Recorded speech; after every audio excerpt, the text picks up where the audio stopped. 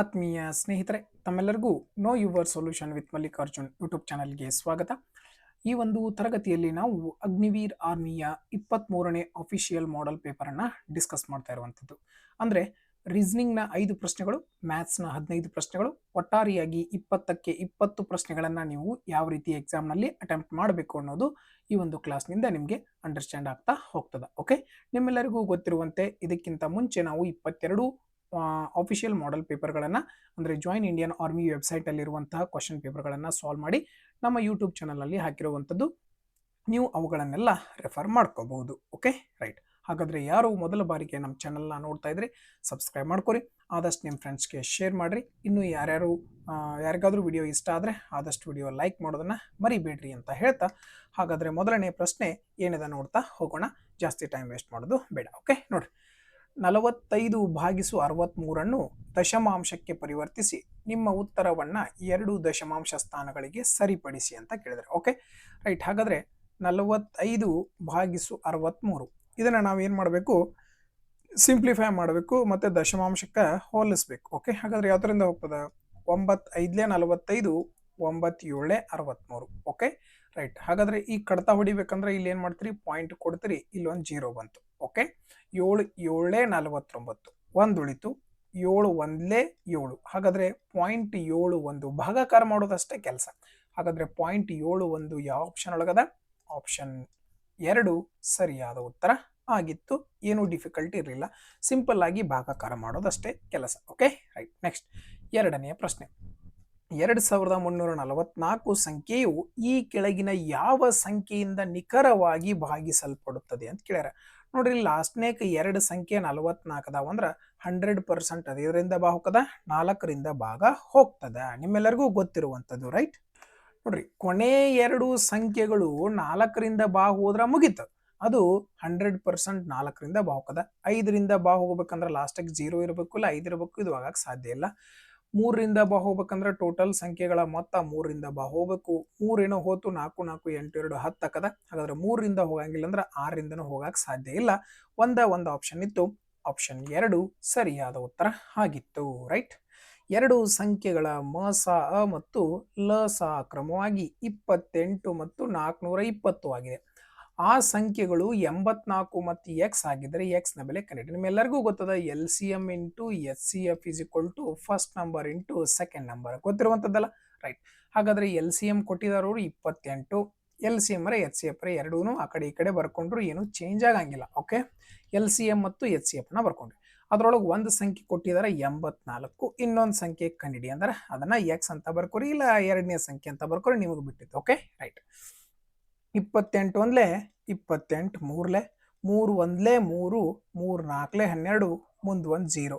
ಹಾಗಾದ್ರೆ ಎರಡನೆಯ ಸಂಖ್ಯೆ ಯಾವುದಾಗಿತ್ತಪ್ಪ? 140 ಆಗಿತ್ತು. 140 ಯಾವ ಆಪ್ಷನ್ ಅದ? ಆಪ್ಷನ್ 4 ಸರಿಯಾದ ಉತ್ತರ ಇರುವಂಥದ್ದು. ರೈಟ್. ಹಾಗಾದ್ರೆ ನೆಕ್ಸ್ಟ್ ಕ್ವಶನ್ ನೋಡ್ರಿ. ಈ ಕೆಳಗಿನವುಗಳ ಸರಾಸರಿಯನ್ನು ಕಂಡುಹಿಡಿಯಿರಿ. ಸರಾಸರಿ ಹೆಂಗೆ ಕಂಡುಹಿಡಿದ್ರಿ? ಟೋಟಲ್ ಸಂಖ್ಯೆ ಕೂಡಿಸ್ತೀರಿ, ಎಷ್ಟು ಸಂಖ್ಯೆ ಅದಾವ ಅದರಿಂದ ಭಾಗಿಸ್ತೀರಿ, ಹೌದಲ್ಲ? ಹಾಗಾದ್ರೆ ಕೂಡಿಸ್ಬೇಕಾದ್ರೆ ಸ್ವಲ್ಪ ಗಮನ ಹರಿಸಿ ಕೂಡಿಸ್ಬೇಕಾಗ್ತದೆ. ಓಕೆ, 28ಕ್ಕೆ 2 ಕೂಡಿಸಿರ 30, ಇದೊಂದು 10, 40, 40 55, 55 59 69 78 82 92 102. ಹಾಗಾದ್ರೆ ಎಲ್ಲವನ್ನ ಕೂಡಿಸಿದ್ರೆ ಎಷ್ಟು ಬಂತಪ್ಪ? ಇಲ್ಲಿ 102 ಬಂತು. ಓಕೆ, ಈಗ 102 ಭಾಗಿಸು ಎಷ್ಟು ಸಂಖ್ಯೆ ಅದಾವ? 3 3 6, 6ರಿಂದ ಭಾಗಿಸ್ಬೇಕು. 6 1 6, 4 ಉಳಿತು, 6 7 42. ಹಾಗಾದ್ರೆ ಯಾವುದು ಕರೆಕ್ಟ್ ಆನ್ಸರ್ ಆಗಿತ್ತು? 17, ಆಪ್ಷನ್ 3 ಸರಿಯಾದ ಉತ್ತರ ಆಗಿತ್ತು. Next question. ಒಬ್ಬ ಗ್ರಾಹಕ ತಲಾ 285ರಂತೆ 3 ಶರ್ಟ್ಗಳನ್ನು, ತಲಾ 470ರಂತೆ 4 ಪ್ಯಾಂಟುಗಳನ್ನು ಖರೀದಿಸುತ್ತಾನೆ. ಖರೀದಿಸಿದ ವಸ್ತುಗಳ ಸರಾಸರಿ ಬೆಲೆಯನ್ನು ಕಂಡುಹಿಡಿಯಿರಿ ಅಂತ ಹೇಳಿದ್ರೆ, ಇದನ್ನ 2 ರೀತಿ ಮಾಡ್ಬೋದು. ಒಂದು ಡೆವಿಯೇಷನ್ ಮೂಲಕ ಮಾಡ್ಬೋದು, ಇಲ್ಲ ಅಂದ್ರೆ ಡೈರೆಕ್ಟ್ ಆಗಿ ಮಾಡ್ಬೋದು. ಡೈರೆಕ್ಟ್ ಆಗಿ ಮಾಡೋಣ, ಭಾಳ ಏನು ಡಿಫಿಕಲ್ಟ್ ಇಲ್ಲ.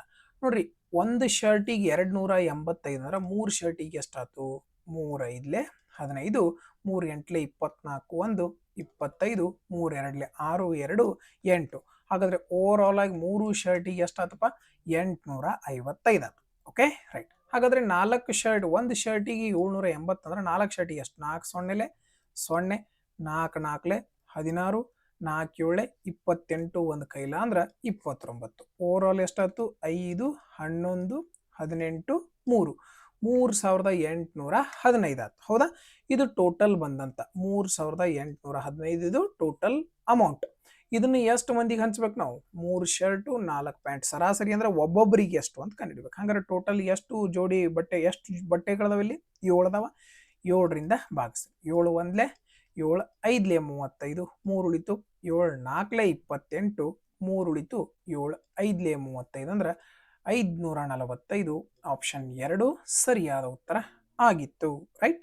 ನೆಕ್ಸ್ಟ್ ಕ್ವಶನ್, 83/500 ಶೇಕಡಾವಾರುವಿಗೆ ಬದಲಾಯಿಸಿ ಅಂತ ಕೇಳಿದಾರೆ. ಹಾಗಾದ್ರೆ ಡೈರೆಕ್ಟ್ ಆಗಿ ಆನ್ಸರ್ ಹಾಕ್ಬೋದು. 16.6%. ಹೆಂಗಪ್ಪ ಅನ್ನೋದನ್ನ ನೀವು ತಿಳ್ಕೊರಿ.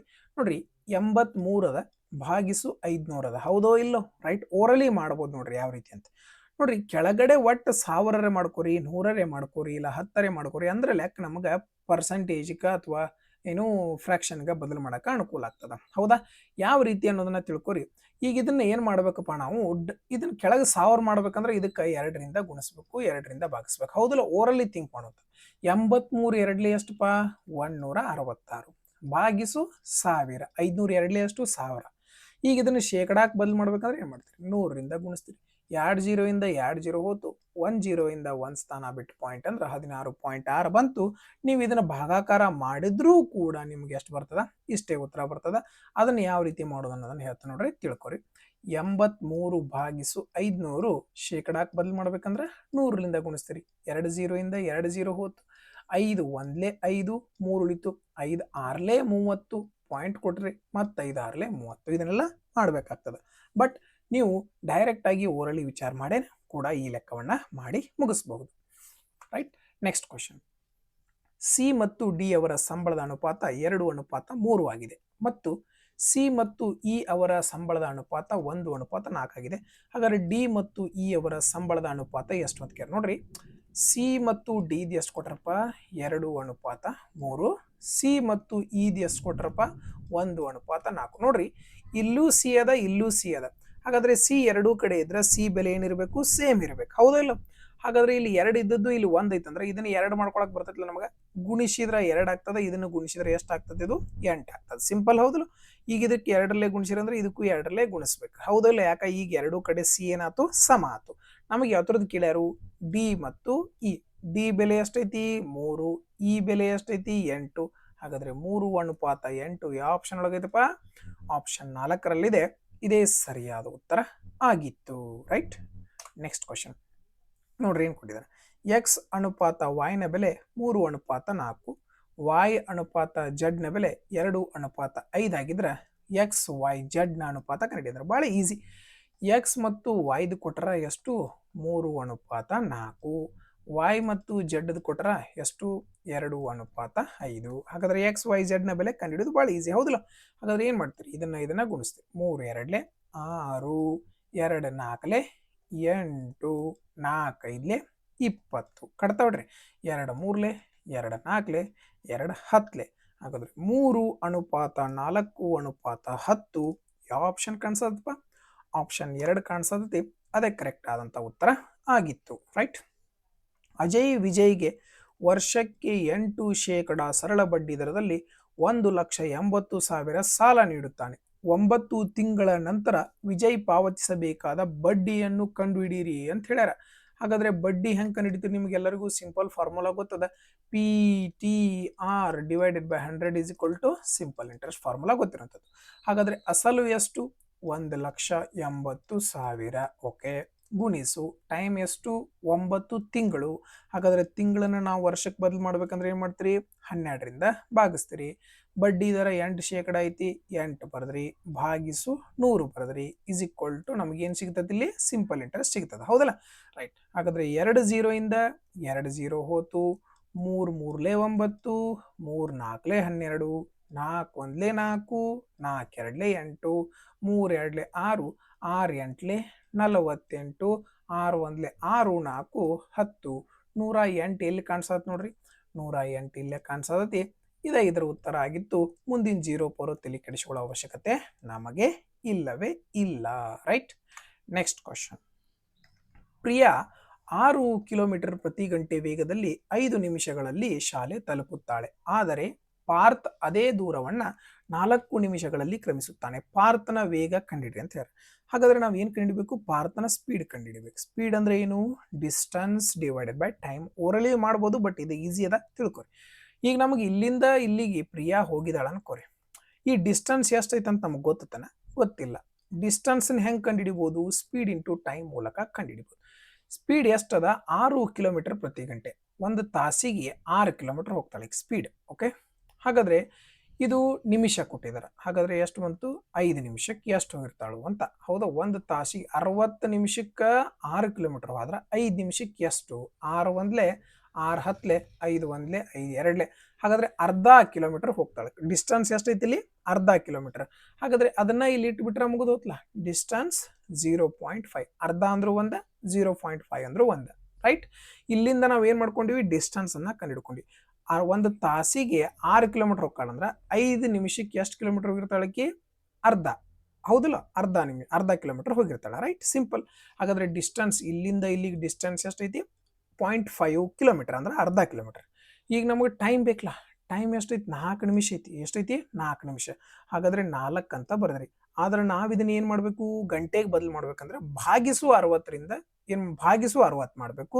ಈ ಭಾಗಿಸು 60 ಮ್ಯಾಲ ಹೋದ್ರೆ ಏನಾಗ್ತದ? ಗುಣಿಸು 60 ಆಗ್ತದ. ಪಾಯಿಂಟ್ ಇಂದ ಈ ಒಂದು 0 ಹೋತು. 5 6ಲೆ 30 ಭಾಗಿಸು 4 ಬಂತು. 4 ಒಂದ್ಲೆ 4 7 28. 2 ಉಳಿತು. ಪಾಯಿಂಟ್ ಕೊಟ್ರ 20 ಆತು. 4 5ಲೆ 20 ಅಂತಂದ್ರೆ ಏನು ಬಂತು? ಆಪ್ಷನ್ 4 7.5 ಕಿಲೋಮೀಟರ್ ಪ್ರತಿ ಗಂಟೆ ಸರಿಯಾದ ಉತ್ತರ ಆಗಿತ್ತು. ಬಹಳ ಸಿಂಪಲ್ ಆದಂತಹ ಕ್ವಶನ್ ಇರುವಂಥದ್ದು. Okay, right. Next question. A plus A square plus B square ನ ಬೆಲೆ 85 ಮತ್ತು ಎ ಪ್ಲಸ್ ಬಿ ನ ಬೆಲೆ 1 ಆಗಿದ್ರೆ ಎ ಇಂಟು ಬಿ ನ ಬೆಲೆ ಎಷ್ಟು? ಎ ಗುಣಿಸು ಬಿ ನ ಬೆಲೆ ಕಂಡುಹಿಡಬೇಕು ನಾವು.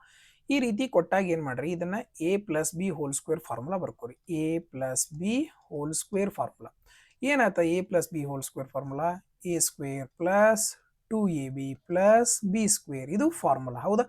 ಹಾಗಾದ್ರೆ ಎ ಪ್ಲಸ್ ಬಿ ಬೆಲೆ ಗೊತ್ತೈತೆ ನಮ್ಗೆ 1. ಹಾಗಾದ್ರೆ 1ನ್ನ ಸ್ಕ್ವೇರ್ ಮಾಡಿದ್ರೆ 1 ಬಂತು. ಇದ್ರ ಬೆಲೆ ಮುಗಿತು. ಹೌದಲ್ಲ?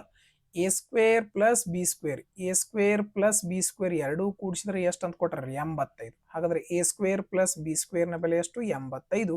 ಇಲ್ಲಿ ಏನು ಉಳಿತಪ್ಪ? ಪ್ಲಸ್ 2ab ಉಳಿತು. ಹೌದೋ ಇಲ್ಲೋ? ರೈಟ್, ಹೌದು. ರೈಟ್.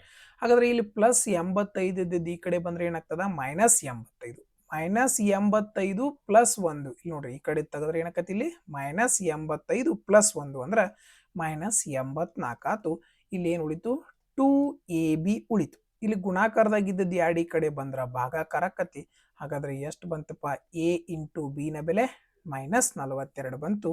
ಇದೇ ನಮಗೆ ಬೇಕಾದಂತಹ ಉತ್ತರ ಆಗಿತ್ತು. ರೈಟ್. Next question. ಒಂದು ಸಂಖ್ಯೆಯನ್ನು 34ರಿಂದ ಹೆಚ್ಚಿಸಿದಾಗ ಅದು ತನ್ನದೇ 2ನೇ 3 ಪಟ್ಟು ಆಗುತ್ತದೆ. ಆ ಸಂಖ್ಯೆಯನ್ನು ಕಂಡುಹಿಡ್ರಿ ಅಂತ ಹೇಳ್ಯಾರ ಅವ್ರು. ಹಾಗಾದ್ರೆ ಎಷ್ಟು ಈಸಿ ಲೆಕ್ಕ ನೋಡ್ರಿ.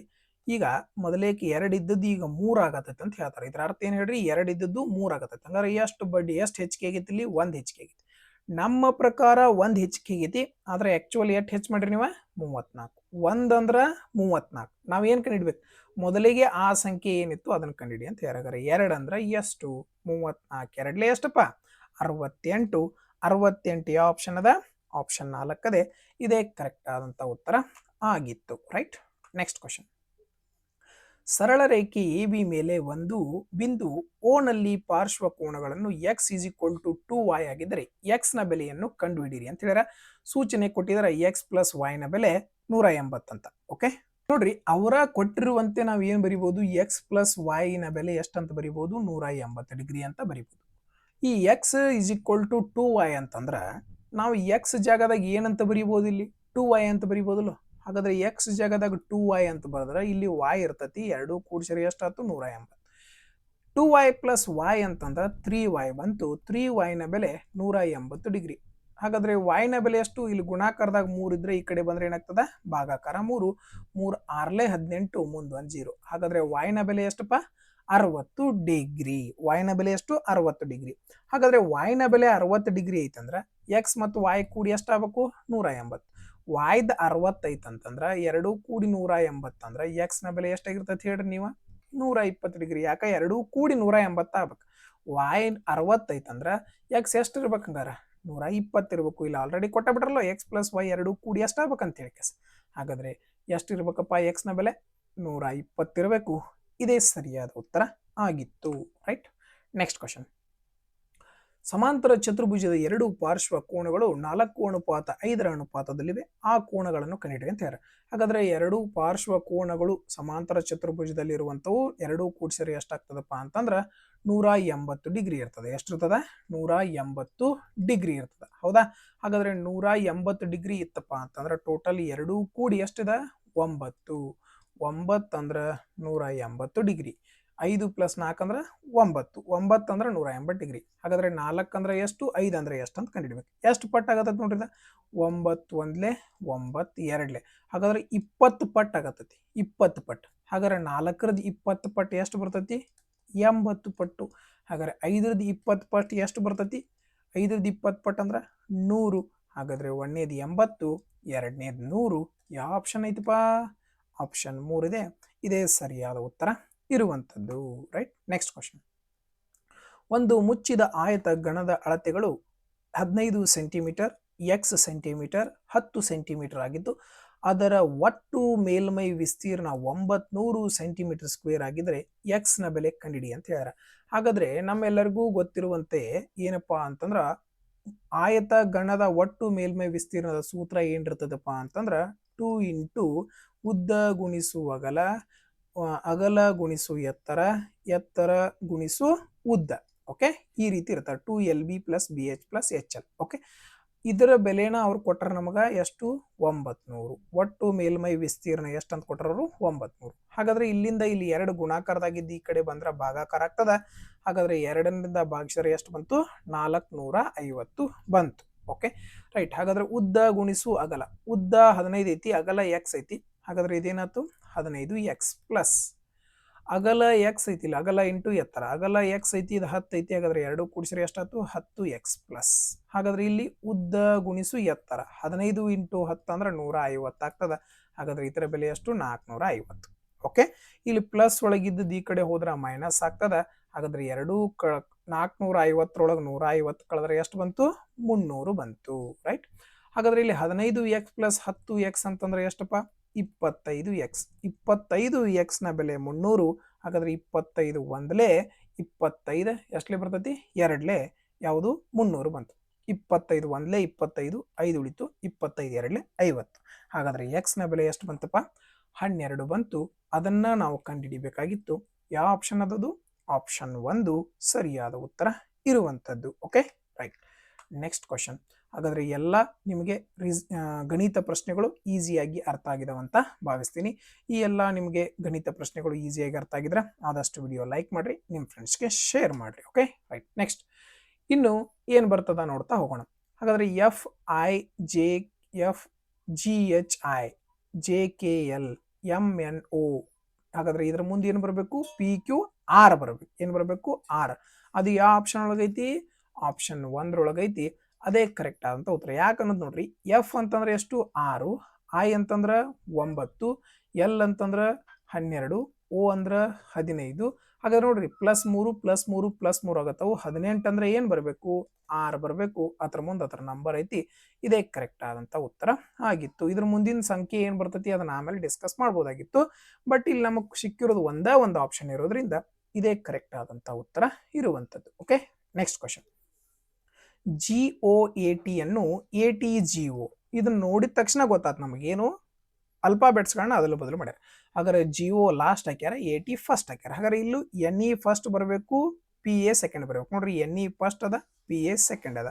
ನೆಕ್ಸ್ಟ್ ಇಲ್ಲಿ FO ಆಮೇಲೆ ಬರಬೇಕು, RT ಫಸ್ಟ್ ಬರಬೇಕು. RT first, FO second. ಎಲ್ಲೈತಿ RT first, FO second. FO second ಬರಬೇಕು. ಹಾಗಾದ್ರೆ ಇಲ್ಲೇ ಸ್ವಲ್ಪ ಕನ್ಫ್ಯೂಷನ್ ಆಗಬಹುದು ನಿಮಗ. ಹಾಗಾದ್ರೆ ಯಾವುದು ಕರೆಕ್ಟ್ ಆನ್ಸರ್ ಆಗಿತ್ತು ಆಪ್ಷನ್ 3 ಸರಿಯಾದ ಉತ್ತರ ಆಗಿತ್ತು. ಹಾಗಾದ್ರೆ ನೆಕ್ಸ್ಟ್ ಏನು ಡಿಕ್ಷನರಿ ಅರೇಂಜ್ ಮಾಡ್ಬೇಕು. ಏನ್ ಮಾಡ್ಬೇಕು ನಾವು ಡಿಕ್ಷನರಿ ಒಳಗ ಅರೇಂಜ್ ಮಾಡ್ಬೇಕು. ಅಂತದ್ ಯಾವ್ದೈತಿ ನೋಡೋಣ. ನೋಡ್ರಿ ಆರ್ ಅಂದ್ರ 18, ಜೆ ಅಂತಂದ್ರ 10, ಓಕೆ, ಜಿ ಅಂದ್ರ 7, y ಅಂದ್ರೆ 25, ಸಿ ಅಂದ್ರೆ 3. ಹಾಗಾದ್ರೆ ಫಸ್ಟ್ ಯಾವ್ದು ಬರ್ಬೇಕು? 5 ಬರ್ಬೇಕು. 5 ಆದ್ಮೇಲೆ ಯಾವ್ದು ಬರಬೇಕು? 3, ಆಮೇಲೆ 2. 5, 3, 2, ಆಮೇಲೆ 1. 5, 3, 5, 3, 2, 1. ಯಾವ ಆಪ್ಷನ್ ಒಳಗೈತಿ? ಆಪ್ಷನ್ 4 ಒಳಗೈತಿ. ಇದೇ ಕರೆಕ್ಟ್ ಆದಂತ ಉತ್ತರ ಇರುವಂತದ್ದು. Okay, right. ನೆಕ್ಸ್ಟ್ ಕ್ವಶನ್ ನೋಡ್ರಿ, ಏನದ ಅರ್ಥ ಮಾಡ್ಕೊರಿ. ಮೇಲಿನ ಸರಣಿಯಲ್ಲಿ ಎಷ್ಟು ಸಂಖ್ಯೆಗಳ ಹಿಂದೆ ಒಂದು ಸಂಖ್ಯೆ ಮತ್ತು ಮುಂದೆ ಒಂದು ಚಿಹ್ನೆ? ಹಂಗಾರ ಸಂಖ್ಯೆ ಇರಬೇಕು, ಅದರ ಹಿಂದೂ ಏನಿರಬೇಕು? ಒಂದು ಸಂಖ್ಯೆ ಇರಬೇಕು, ಮುಂದೆ ಏನಿರಬೇಕು? ಸಿಂಬಾಲ್ ಇರಬೇಕು. ಸಂಖ್ಯೆ ಸಿಂಬಾಲ್ ಇರಬೇಕು. ಅಂತಾವ್ ಎಷ್ಟು ಅದ ನೋಡ್ರಿ. ಸಂಖ್ಯೆ ಸಿಂಬಾಲ್ ಇಲ್ಲೈತಿ, ಸಂಖ್ಯೆ ಸಿಂಬಾಲ್ ಐತಿ, ಸಂಖ್ಯೆ ಸಿಂಬಾಲ್ ಐತಿ, ಸಂಖ್ಯೆ ಸಿಂಬಾಲ್ ಐತಿ. ಹಾಗಾದ್ರೆ ಇಲ್ಲಿ ಸಂಖ್ಯೆ ಸಿಂಬಾಲ್ ಐತಿ, ಮತ್ತೆಲ್ಲಿಯೂ ಕೂಡ ಇಲ್ಲ. ಹಾಗಾದ್ರೆ ಟೋಟಲ್ 4 ಇರುವಂತದ್ದು 4 ಯಾವ ಆಪ್ಷನ್ ಒಳಗೈತಿ? ಆಪ್ಷನ್ 3 ಒಳಗೈತಿ. ಇದೇ ಕರೆಕ್ಟ್ ಆನ್ಸರ್ ಆಗಿತ್ತು. Right. Next C D F G, D ಆದ್ಮೇಲೆ ಏನು ಬರ್ತೈತಿ? ಇ ಬರಬೇಕು. ಹಾಗಾದ್ರೆ ಈ ಆಪ್ಷನ್ ಐತಿ, ಆಪ್ಷನ್ 1 ಐತಿ. ಮುಂದಿನ ಚೆಕ್ ಮಾಡೋ ಅವಶ್ಯಕತೆ ಇಲ್ಲವೇ ಇಲ್ಲ. ನೋಡ್ರಿ, ಸಿ 1+, ಇದು 1+. ಹಾಗಾದ್ರೆ ಇದು 1+ ಅಂದ್ರೆ ಏನು ಬರಬೇಕು? ಇ ಬರಬೇಕು. ರೈಟ್. ಹಾಗಾದ್ರೆ ಯಾವ ಆಪ್ಷನ್ ಕರೆಕ್ಟ್? ಆಪ್ಷನ್ 1 ಸರಿಯಾದ ಉತ್ತರ ಆಗಿತ್ತು. ಆತ್ಮೀಯ ಸ್ನೇಹಿತರೆ, ತಮ್ಮೆಲ್ಲರಿಗೂ ಈ ಒಂದು 20 ಪ್ರಶ್ನೆಗಳು ಈಸಿಯಾಗಿ ಅರ್ಥ ಆಗಿದೆ ಅಂತ ಭಾವಿಸ್ತೀನಿ. ಈ ಒಂದು ಎಲ್ಲ ಪ್ರಶ್ನೆಗಳು ನಿಮ್ಮೆಲ್ಲರಿಗೂ ಈಸಿಯಾಗಿ ಅರ್ಥ ಆಗಿದ್ರೆ ಆದಷ್ಟು ವಿಡಿಯೋ ಲೈಕ್ ಮಾಡ್ರಿ, ನಿಮ್ಮ ಫ್ರೆಂಡ್ಸ್ಗೆ ಶೇರ್ ಮಾಡ್ರಿ. ಇನ್ನೂ ಯಾರು ಸಬ್ಸ್ಕ್ರೈಬ್ ಮಾಡ್ಕೊಂಡಿಲ್ಲ ಸಬ್ಸ್ಕ್ರೈಬ್ ಮಾಡ್ಕೊರಿ ಅಂತ ಹೇಳ್ತಾ ತಮ್ಮೆಲ್ಲರಿಗೂ ಆಲ್ ದ ಬೆಸ್ಟ್. ಈ ಒಂದು ವಿಡಿಯೋವನ್ನು ನೋಡಿದ್ದಕ್ಕಾಗಿ ಧನ್ಯವಾದಗಳು.